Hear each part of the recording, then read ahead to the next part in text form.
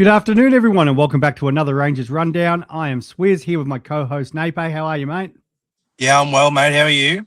Yeah, I'm all right, mate. And I'm just recovering from a bit of a hospital thing yesterday, but Oh, we're no. fit and firing and getting back into the swing of things. But it's good to be back for the new year, mate. Yeah, absolutely. Back to cricket, back to work. Yeah, just another year, so good to be back. Yeah, and we obviously had some cricket in on the weekend, which was good for sort of good. It was just, I guess, good to be back in the park in one sense. Obviously it was we'll touch on it earlier, unique situation for you guys. Well done to Yep. Belinda and Dan and everybody who organised the salt session on Tuesday night. I think it was really beneficial for the guys. Something that's unique. That we don't obviously will probably hopefully never face again in cricket, especially for your team. And I just want to say on behalf of the club, very proud of how you guys and Ainsley Park handled the situation. And again, pretty well those who weren't there on Tuesday night, any struggling or whatever, reach out, family, friends, support at the club. Because we're all getting around you guys and we're here for you. So just like to start off with that today. Yeah, absolutely. Yeah, pretty unique situation. Yeah, just hope to never see anything like that again. For anyone really. So, yeah. Yeah, for sure. And we did touch on the fact that we do have a lot of support. There's a lot of us that work in industries that do have to deal with this sort of stuff. So it's unfortunately not new to us. But yeah, so for any of the, especially thirds players or family friends who want an extra person to reach out to, but we do have plenty of us there. But, I thought that was very beneficial the other day. And like everything, time heals everything. It just will take some time, but we're all here for you guys. So we won't touch on really about the game too much, but I guess Torrens needs a little bit of a shout out for his, I think it was 42 or 43. Yep. So it was good to see you in the runs for the seniors, Torrens. But outside of that, we'll leave the rest of the game alone. Yeah, absolutely. For those who, I guess weren't around to that, so we had a pretty good Christmas party. It was a good break, obviously the two weeks off and that. In regards to events, mate, do we have anything booked in yet? I'm pretty sure there was something advertised coming up for more the ladies. Yeah, so we got Ladies' Day strategically on Valentine's Day, so it's goodbye a few of the fellas. Can't get in trouble for not seeing the missus on Valentine's Day because I'll be at the cricket club. And then we were talking about it last night. The social committee, just trying to book in some dates and see what we can do for the back half of the year. But nothing booked in at the moment. But hopefully get that out in the next week or two. And don't leave it too late. And we should have a good back half of the year with functions and that. Beautiful, yeah. So Ladies' Day there on Valentine's Day. Nothing better to come down and spend it with us down at Shilcock and that, but no, it should be a good day. And if it goes by any of the events that the guys have run so far, it should be awesome. Yeah, no, it should be good. It's always Ladies' Day is always good. Just whatever they can do, whatever they want, and it's perfect. Yeah, and we get to sit there and play cricket or do whatever we want. Correct. Talking about cricket, so we'll get onto the results. So this week, the first 11 had Ainsley Park. Disappointing result for us because we obviously played really well against them just a couple of weeks before Christmas. The boys have made 185, and in return, Ainsley 7 for 186. I'll let you touch on a bit this more because I know obviously you guys were back for the second half of this game. So I'll let you go through this, Nath. Obviously didn't see us bat, but saw us bowl for majority. And like the batting bolts up the top. Just cannot get past 33 this year. He's made another 32. He's he's going really well making 30s, but Stick opening the batting 33. And then Rory with 25, Kearns with 43, and not really much else to report. Making 185 off our 40 overs. And then we bowled well at the start, but they just had Tucker who was just going it over a run of ball, and kept them in the game pretty much the whole way, and they just needed a run of ball for probably the last 8 overs there, which probably killed us. trying to spread the field and lots of easy singles and stuff like that. It's hard to contain.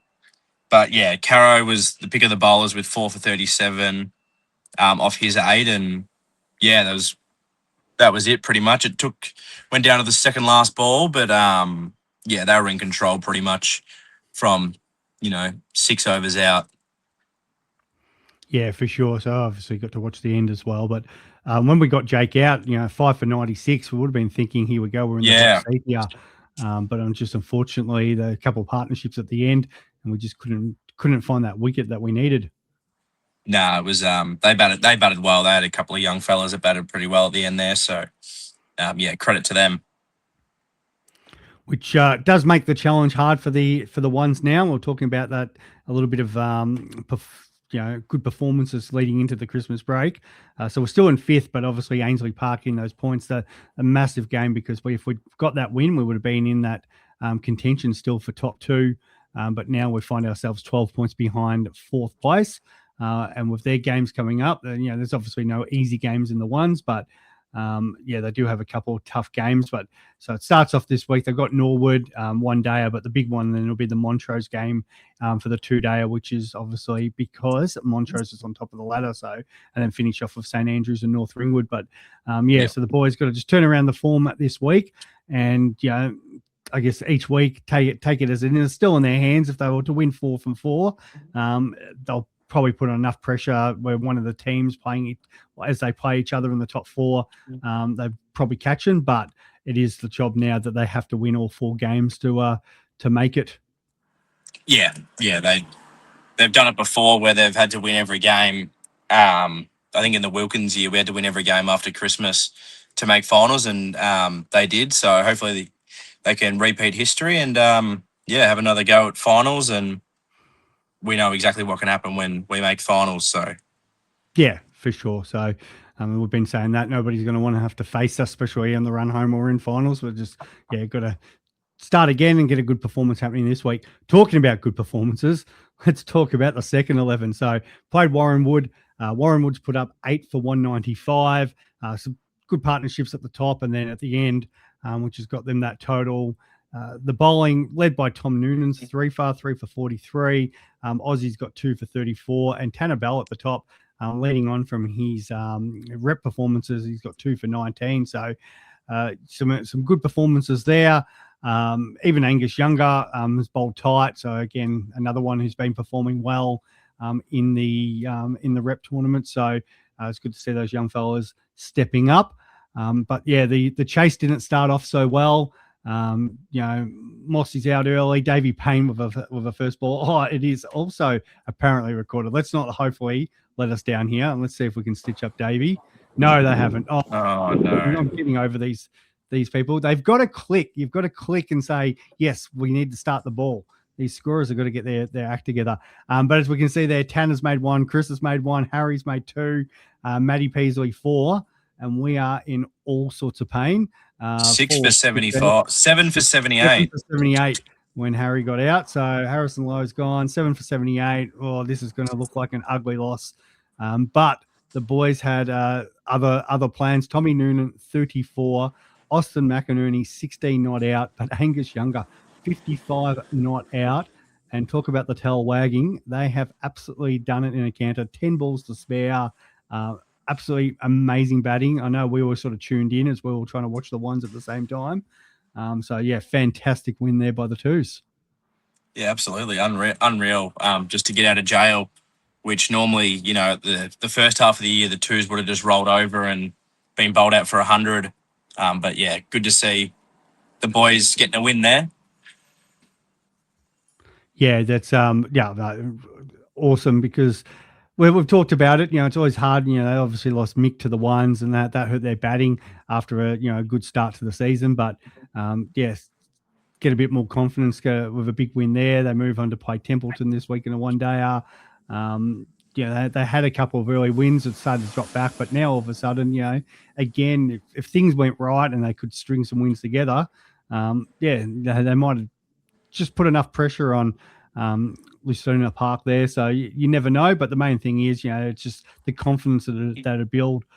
and I was thinking about this through the week, like, and not that, talking sort of team management and selection and everything like that is not what we normally do here, but you get the feeling as a club, we're probably two good players short in the ones. And I say that with no disrespect to the guys we've got into the ones, and not saying that any of them deserve to be dropped, but the flow and effect there, and we'll see with some of these results, that if we were have an extra couple of players and those players were then to fall down, drop down, I think we're so close in all grades that of winning games, or at least having close wins or competitive, that would change the entire club, where we would be, I feel like you could nearly bank in 6 wins each week, or would be giving ourselves the best shot. So it's been awesome that I think some of these young fellas have been getting the opportunities, and that's what we want to see. And that's obviously, been hard because we've had injuries, including yourself, mate. But a little bit more of competition for spots, and putting pressure on some of these older guys starting to move down and these younger guys taking their place. But I feel like we're really close as a club. It might not happen for all grades this year, but I feel like, moving on and thinking long term into next season, there's definitely success on the way. Yeah, absolutely. It's just, it's hard with people being out, injured, not playing, or, going away. It's a ripple effect through all the grades, where some people probably aren't playing where they should be. They're playing too high, but, it's all a bit of fun in the end. And hopefully some of these younger boys and, the people who are playing in higher grades that don't normally play there, just getting that experience, which is what it's all about. Yeah, and that's the great thing about it. So no season's ever lost. There's always stuff to come out of it. And as I said, we know the ones and twos are still, they've still got a pulse, which that's all they need. But you feel like it's not going to take much for the whole club to swing around. And it was an awesome performance led by the two. So really, really proud of those guys. I think a couple of these guys will feature very much in the team of the week, which we haven't put up yet. But we've got the squad here, but we'll talk about that afterwards. The fourth 11, mate. We've got playing Warrandyte. I'll let you talk about this one. So playing Warrandyte, it wasn't really only taken 3 wickets, which is always, going to be hard to contain the runs when you've only taken 3 wickets. They can just do what they sort of please. But you got Riley Tucker 1 for 43, Staff 1 for, and Rowe 1 as well. So not much to really talk about the bowling. They've posted 229, I think. Yep, 229. And then we've batted Staff up the top with 70 and retired himself hurt. I'm mate, not sure. Were they watching too much of the Big Bash and they've just gone off your cum, Staff? Yeah. You're not I'm not too. Yeah, you're only going at 82 strike rate. Maybe just get off.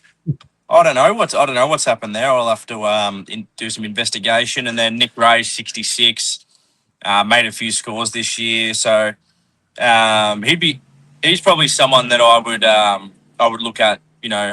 Hoping to go up the grades, maybe just into the thirds, just give them a bit of batting depth as well. And then Riley Tucker just run a ball and just didn't have enough go in the end there.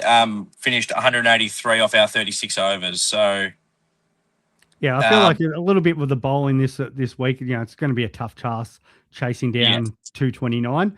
A bit of a batting deck there at home by the looks of things this week, nonetheless, because nobody could take wickets. But it's always going to be a hard chase. But well done for the boys to still get up to that that 183. And I think talking to a couple of the bowlers, they admitted they didn't have their best day. It happens sometimes, and I'm sure they'll bounce back because the fours are still very much one of our really good hopes this season. So if we get up the ladder here, we'll see that they've dropped back to third, but very much in the mix. And Warrandyte, who they did play on the weekends, gone to top. So not to get too disheartened, because there's a real opportunity here, not only to play finals, but Warrandyte could be the team that we're playing come that pointing in. So they'll definitely bounce back from there. And if sport was perfect, you'd win every game, but that doesn't obviously happen. They've got a massive game, but again at home this week they're playing Wanturna. So as I had that ladder up, Wanturna's now sitting in second. So and that's their first 11. So yeah, another really good challenge for them. And if they get the win, yeah, they've got a chance to getting back into that top 2 and look at getting a home final. Yeah, absolutely. With I think there's a few boys coming back this week as well in the higher grades, so it'll be good. Be good that a few players will drop back down, and the side should be back to full strength hopefully this week. Well, we've got plenty to choose from because the fifths, and if I roll down there, oh yeah, they're going to buy. They've got a buy this week, so numbers of plenty. Especially, it doesn't look like we've got that many on the unavailable list. So, a couple of those guys who I guess normally play fifth, who for different reasons, could be definitely trying to challenge to push up for the fourths. I'll let you just discuss this one as well, mate. So the fifths have obviously batted first. Chris Noonan with 70, Bigsy with 46, and then a few little cameos with Kleeman and Wolf has made 21, and they've posted a score of 224, which is very, very competitive, I would have thought. But I think you'd be thinking pretty confident there. We've put 224 and 36 overs on the board. A lot would probably have to go wrong, but I think Murubak are on top of the ladder there. So, and Kaloran's a very small ground as well. Started off very well. Had a 1 for none, so you can't really get any better than that. And then they just had a few blokes who just went on with it. You've got Chepper 1 for 26, Tallison 1 for 36, and then Brent Tucker 2 for 35. Then Wolf 2 for 29 off 7, which is probably the pick of the bowlers at the end there. And then just a few of the boys getting a bit of tap at the end. Zake Tucker going for 18 off 1 over does not help at all. They've lost with 3 overs to spare there. So obviously a few boys who have gone pretty big for them, but bowling 35 extras as well does not help. So exactly.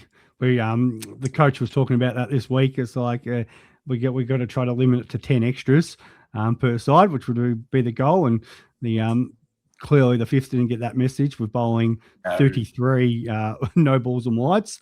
Come back a bit rusty after Christmas. A bit of Chepper up the top's always reliable, but some of the other young fellas and that probably need to make sure they're at training and just working on that.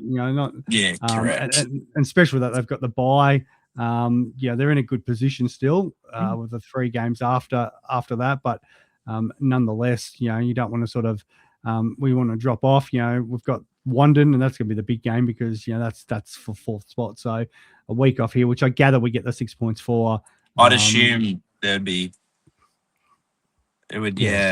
So I'd say that puts us ahead of Wandon coming into the match against them. So they're still, it's still all in their control, but they've got to obviously, just do what they can for whatever other team they're playing in this week, and then rebound and go from there. Absolutely, for sure. All right, Sixers. That's my lot. We were playing Heathwood's 4th 11. We can spit that out. They very interesting because a lot of the time the Sixers you do get play against a lot of juniors and even the old women's player and stuff. And Heathwood was very much not that. I think their youngest player was about 23 years old, and so quite experienced a lot for the 6-11. We batted first. I've opened up with Richie Tate. I got 17 myself. Eddie Malin looked awesome for 34 until he smashed one onto his pads and was given. Never. Who gave him out? That was Richie Tate, actually. He got clearly annoyed that he got out early, so just decided to burn Ed.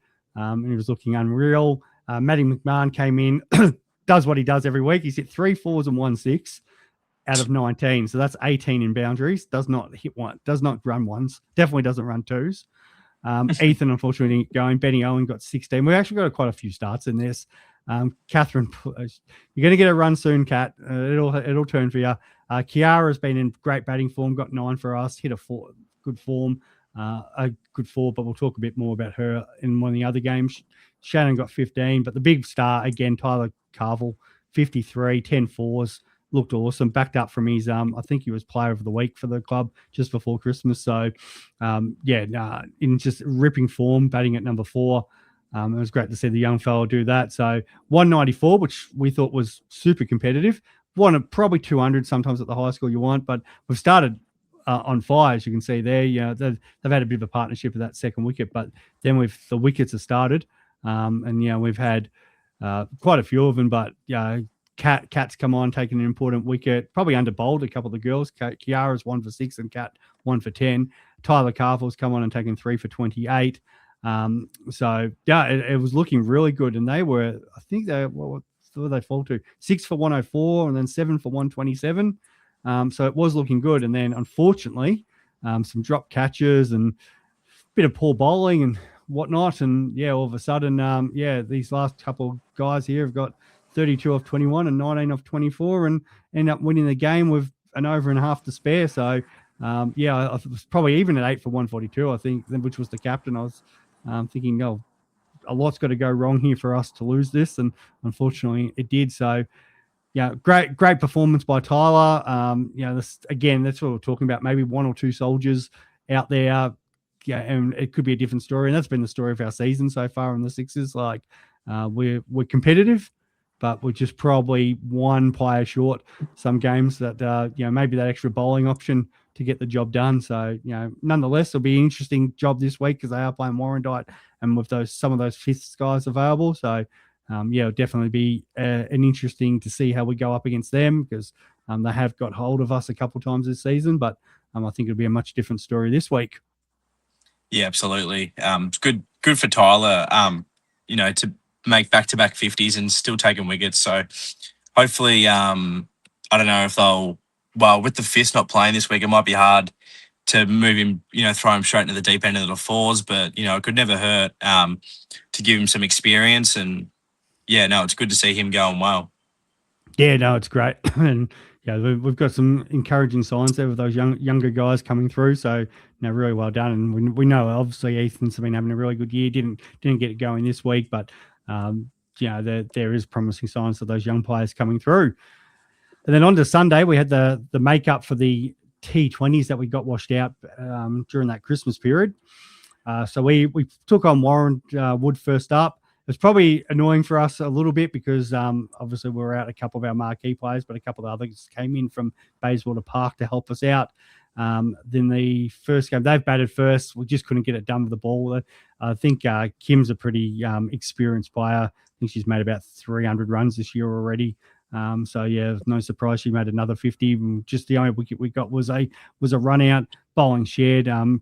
Poor Tash probably had a worse spell for us, so probably didn't help from the start. But nonetheless, it was a good run out between Kiara and Tash. But so 154, which surprisingly I thought if we get going, we might be actually a chance to get this. And then our Bayswater Park A-grader Mackenzie, playing her first game for us, got out.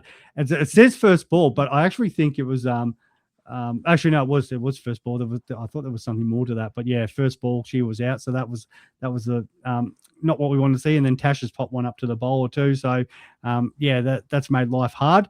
But the real positive, outside of obviously KK and Ash spending some time at the crease, Kiara making her first 50 at the club, batted really well against a very good bowling attack. Like they were all, a lot of them were young girls, but a lot of their girls play rep cricket, so they're all playing in the RDCA or the Premier Cricket junior comps at the moment. So for obviously Kiara is in that situation as it stands. She's in that rep comp for the RDCA, so she was playing against some of her teammates, and then to play against, I guess, the better girls of the comp and then stand up and make 50. She was really well batted. So we got 113, which was, not bad, but at the same time, it just, maybe it was just a little bit of bridge too far. And a couple of our girls was kind of struggling with their bowling. They were right on the spot. And as I said, their bowlers are playing in the rep side. So disappointing to lose that one, but, we gave it our best shot. And then in the afternoon game, we played Knox. Well, what we thought was Knox City, and they've got the symbol there, but T3 United, and we found out very quickly they were actually a merged side between them and North Ringwood. So again, we've batted first in this game. We've made 5 for 112. Kiara's got another 19 opening the batting. Tasha, unfortunately, 16, just got her foot stuck trying to get back in the crease. Mackenzie redeemed herself with a nice 50 off 40, batted really well in that game. And then, unfortunately, probably just needed to tick the scoreboard on a little bit more at the end, but, they had some tight bowling. But 112, any game's defendable with the right attitude. And we've come out and we were traveling all right, even with this Anna making 50. I think at drinks, they might have still been one down for 60. So I thought if we could sort of get into the next lot of batters, but probably the only positive with the fact that they obviously chased it down, only losing the one wicket, was the three girls that got all the runs were the North Ringwood girls, and I think they play A grade as well. So the actual Knox City, who they play us against us, or they've got a first 11 that play D grade. We actually took it up to them, so I think it was promising for our girls who are going to be playing them in their normal games in 2 or 3 weeks. The fact that they've probably closed the gap and have improved. And if it wasn't sort of for their imports, we would have probably got a lot closer. But yeah, they chased it with 2 overs to spare. Bowling, obviously, probably the tightest was Eliza there, only because she kept the first half, but in her 9 balls, she was none for 2. So Mackenzie actually played a really good game for us. Tasha redeemed herself for the ball, but we just couldn't get the breakthrough with the wicket. So it was a bit disappointing in the end because we were coming into the day. I think we were sitting second on the ladder. And then dropped back with other teams with their wins and stuff. So we still haven't got it confirmed exactly how the finals are working for that, but I'm pretty sure we've missed out now. But nonetheless, it was good for the girls to get that experience against teams that, when we're an E grade side and we're playing against players from A grade through to D grade, and even Premier girls, and playing with Premier girls, they got to see what the standard is and just the little things they need to do to improve to reach those standards. Yeah, absolutely. And it's always a tough day when, as a bowling group, you don't take a wicket. There's only 2 runouts for the day. But, the girls are, I've seen them train on the Thursdays and that. And by, every week they're getting better and better. So, it's a work in progress for the girls this year. I wouldn't let any of these results, dishearten them, and it's all a learning curve, and hopefully, next year they can, build some momentum and get some wins, and even building off the back of this year, the second half of the year, we play some teams that are around our, position on the ladder. Hopefully they can, take a few wins and go into the next season with some confidence and, believe they can do it. Yeah, we've talked about that, the fact that we were washed out against Wandon, I think Eastfield, St Andrews. So the teams that are around us, we haven't been able to play. So we start off with Knox Boronia this week, which they did give us a bit of a smashing throughout early in the year, but we did beat them in the T20 comp. So that'll give the girls they're actually really bullish about our chances this week, because the fact our last performance was a win against them. So we're looking forward to that one. And I'm sure if we can find a couple of wins on the run home, that'll build into next season, which is great. I'll touch on the team of the week as we kind of wrap this up. So opened the batting with Staff with Chrissy Noonan. So they both got 70 this week. Nikki Grace, 66 not out. Nick Briggs, 46. Tyler Carville with his 53 not out and 3 for 28. Brilliant performance. Mackenzie Supper with 50 not out. Jack Kearns, 43. That'll stop Jack complaining. And we then got Kiara, probably unlucky not to get player of the week, but there were some great performances here. But 50 not out, 19 and 1 for 6. So well done, Kiara. And it's absolutely been smashing it since the last. She's taken that confidence into the last couple of days playing for her rep side. So I think she might have got 28 or 29 and then backed it up with maybe another 20-ish and that. So she's in some good form of the bat. Tom Noonan with 34 and 3 for 43. Darcy Carrigan with 4 for 37. Austin McInerney, 16 not out and 2 for 34. Doesn't look like you got your wish here, Nath. Put the little C next to him, but if there was probably a captain for the side, it deserved it this week. But player of the week, Angus Younger, 55 not out. To help those boys get over the line from batting at, I think he was batting at 9. Not an easy position to come in when you're 7 for 70 odd, and you still got another 100 and sort of 15, 20 runs to get. And unbelievable. So congratulations to Angus. Yeah, I think we had that happen to us last year when we were playing North Ringwood. We had them about 7 for 70, and we thought we'll home. And their number 9 made 50 and ended up, we lost the game in the last ball. So good to happen, for us this year instead of against us. It's a good lesson because, how often you get in a situation you think you're done, but always get around your teammates because, most guys, if you get in pretty well any grade, once you've got past that sort of first 15, 20 balls, you're a chance to, make some runs and stuff. And Angus has obviously continues to work on his batting and showed something and had great support from Austin, who's, an experienced cricketer. So, yeah, it's no game was ever lost, and it's the same. The opposite, obviously, what happened with us in the Sixers. You're feeling good. You're in the field. You're like, oh, this mob needs 50 off 40 odd balls. We're probably feeling good about it, but you only have to drop off that one over, and all of a sudden it's they get 18 or 20 for it, and the game changes. So cricket's a funny sport like that. No game's ever won or no game's ever lost. Exactly, that's why we love it. I think we love it. We think we love it. We rock up each week to do it. Unfortunately. Unfortunately. All right, guys. Thank you so much for joining us on this pod. We'll be back next week. Thanks, Nate. Thanks, mate. No problems. All right, Rang. We'll see you down at the club. Catches.